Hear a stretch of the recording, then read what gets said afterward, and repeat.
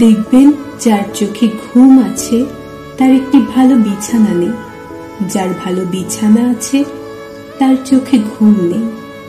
যার মনে দয়া আছে তার দেওয়ার মতো কিচ্ছু নেই, যার দেওয়ার মতো অনেক কিছু আছে তার দেওয়ার মনটাই নেই।